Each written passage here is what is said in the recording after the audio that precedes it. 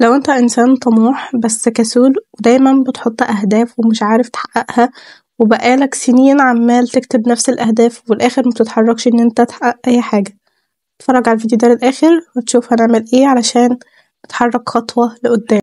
انا دايما كان عندي هدف كل سنة بحطه في تو ليست حرفيا وما كنتش بعمله، كنت بحط اعذار واقول انا ناقصني كذا عشان اعمله. ده مش الوقت المناسب ان انا اعمله فيه. ما كنتش بتحرك حرفيا اي خطوة علشان احققه، ما كنتش بعمل اي حاجة، كنت ببقى عاوزة بس.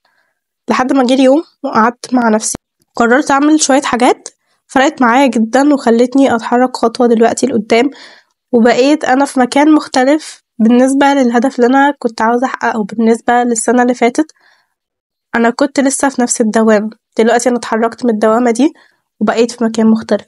طيب عملت ده ازاي؟ ايه السر اللي خلاني اوصل لدوت؟ اولا عاوزين نفهم احنا ليه اصلا مش بنتحرك علشان نحقق الحلم ده. طالما احنا عاوزينه، طالما انا عاوزة اعمل ده، ليه مش بتحرك علشان احققه؟ اول حاجة ممكن يكون انا خايفة ان ابدأ في الحاجة دي وافشل، وبعدين بقى ايه، اخاف من شمس الناس اللي حواليا ان انا ما حققتش الحاجة دي.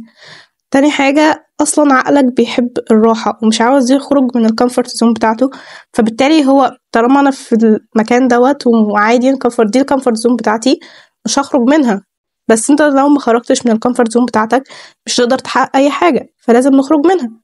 او ان انت مثلا مستني اللحظة المناسبة، دي مش اللحظة زي ما انا كنت كده مفكرة مع نفسي ان دي مش اللحظة المناسبة ان انا اعمل ده دلوقتي، او ان انا ما عنديش اي امكانيات وهكذا. واصلا انا بكتب الهدف لمجرد ان انا كتبته، مش كاتبه ايه الخطه اللي همشي عليها وايه الحاجه اللي هتوصلني، ايه الستبس اللي هتخليني اوصل للهدف ده.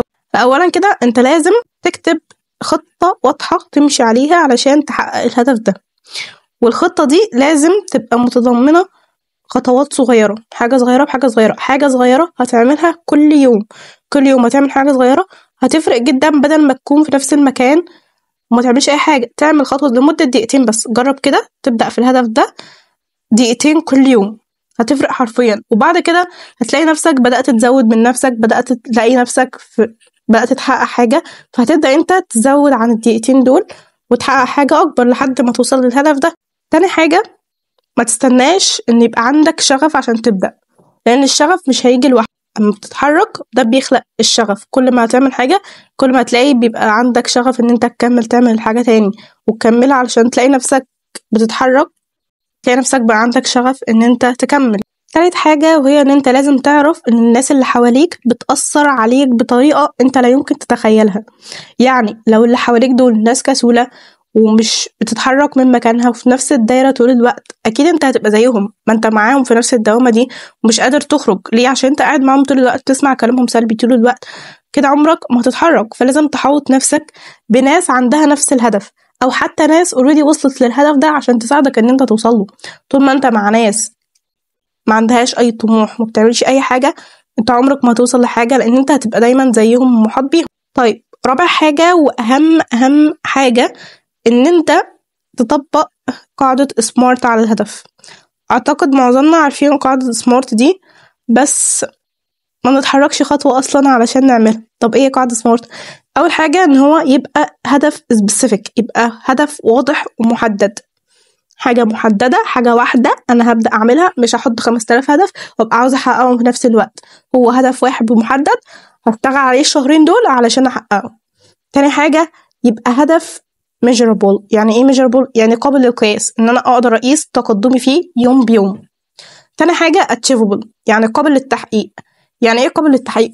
يعني ما أحطش هدف إن أنا عاوزة أبقى مهندسة وأنا أصلا علمي علوم، ما ده إزاي يعني؟ معلش.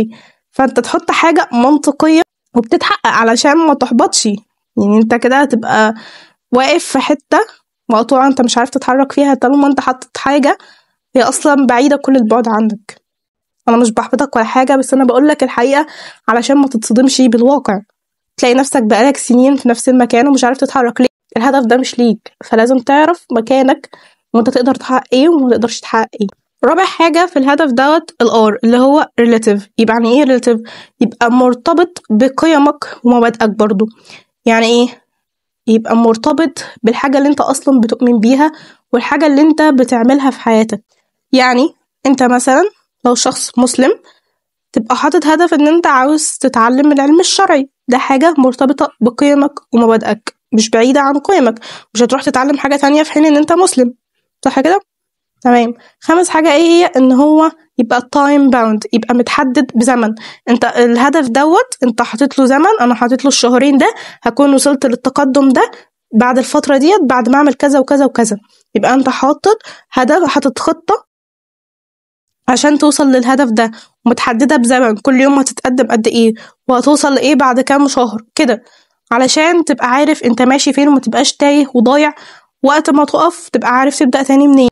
بس كده. فعاوزاك تجيب ورقة وقلم وتطبق الخطوات اللي انا قلتلك عليها ديت، وقولي هتوصل لحد فين واتحركت فعلا ولا لأ للهدف ده.